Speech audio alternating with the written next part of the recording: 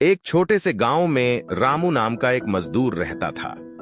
गरीबी ने उनके घर को कभी नहीं छोड़ा था, लेकिन उसके दिल में एक अलग सी रोशनी थी, अपने बेटे अमन के लिए बड़े सपने देखने की रोशनी। रामू एक बेचारा मजदूर था जो दिन भर धूप में काम करता था। अपने पैसे की एक एक बूंद गिराकर कुछ पैसे कमाता था ताकि अपने परिवार को 2 वक्त का खाना खिला सके।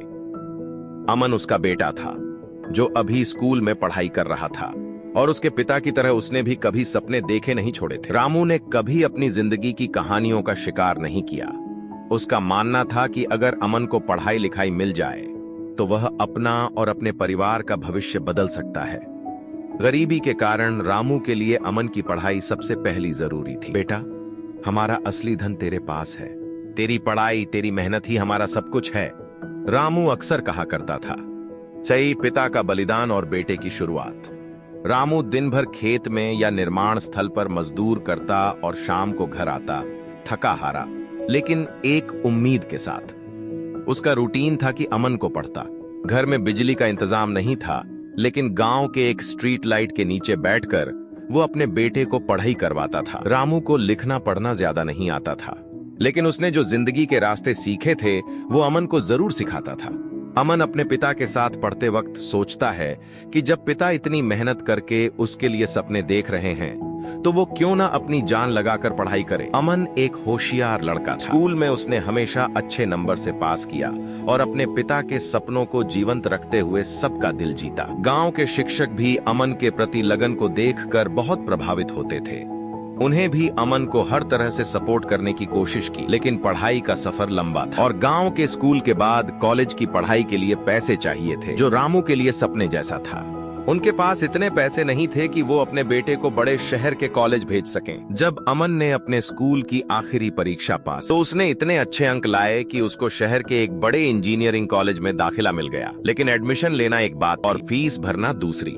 रामू ने जब सुना कि अमन के लिए इतना बड़ा मौका आया है तो उसका मन खुशी से भर गया, लेकिन तुरंत एक चिंता का बोझ उसके कंधों पर आ गया। अमन की कॉलेज की फीस कैसे भरेगी? उसने अपने कुछ रिश्तों से पैसे उधार मांगे की कोशिश की, लेकिन कोई मदद नहीं कर सका। फिर भी रामू ने हिम्मत नहीं हारी। उसने अपनी कुछ जमीनी कागज बेचने का सोचा, लेकिन तभी एक और खुशखबरी आई। अमन को अपने मार्क्स के बाल पर एक स्कॉलरशिप मिल गई थी। ये एक चमत्कार से कम नहीं था। अमन को अब शहर के बड़े इंजीनियरिंग कॉलेज में बिना फीस के पढ़ाई का मौका मिल रहा था। रामू की आंखों में खुशी के आंसू थे। उसने अपने बेटे को गले लगाते हुए कहा, बेटा, मैंने हमेशा तुझे सीख दी थी कि मेहनत कभी व्यर्थ नहीं जाती। आज तू उसका जीता जागता उद्धार है। अपना और अपने सपनों का पीछा कर। शहर में नई जिंदगी। अमन जब शहर गया तो वो अपने पिता के प्यार और सपनों का बोझ अपने कंधों पर लेकर गया था। शहर का कॉलेज बहुत बड़ा था।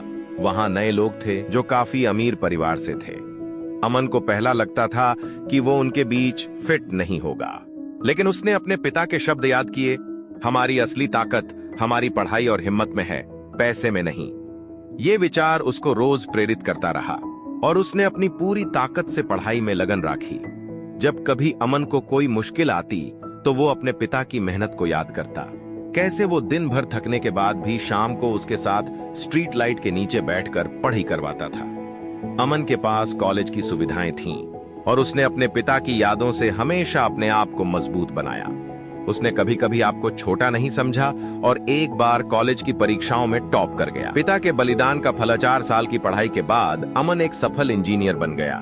उसको एक बड़ी कंपनी में नौकरी मिल गई। उस दिन उसने सबसे पहले अपने पिता को फोन किया और कहा, पिताजी, आज जो कुछ भी हूं आपकी वजह से हूं। आपने जो कुछ मेरे लिए की वो शायद मैं कभी चुका नहीं पाऊंगा। रामू की आंखों में आंसू आ गए। वो कभी नहीं सोच सकते थे कि एक दिन उनका बेटा इतना बड़ा आदमी बनेगा। गांव के लोगों को भी ये खबर मिली और सब अमन और उसके पिता पर फक्र करने लगे। अमन ने अपने पहले ही वेतन से अपने गांव के लिए कुछ बदलाव करने की बात कही। उसने अपने पिता के लिए एक नया घर बनवाया जिसमें बिजली और पानी का पूरा इंतजाम था। गांव के बच्चों के लिए उसने एक स्कूल खोलवा दिया ताकि और कोई अमन जैसा गरीब बच्चा पढ़ाई के मौके से वंचित न रहे। अमन का गांव में वापसी। जब अमन अपना गांव वापस आया तो वह वही लड़का नहीं था जो एक वक्त स्ट्रीट लाइट के नीचे अपने पिता के साथ पढ़ाई करता था।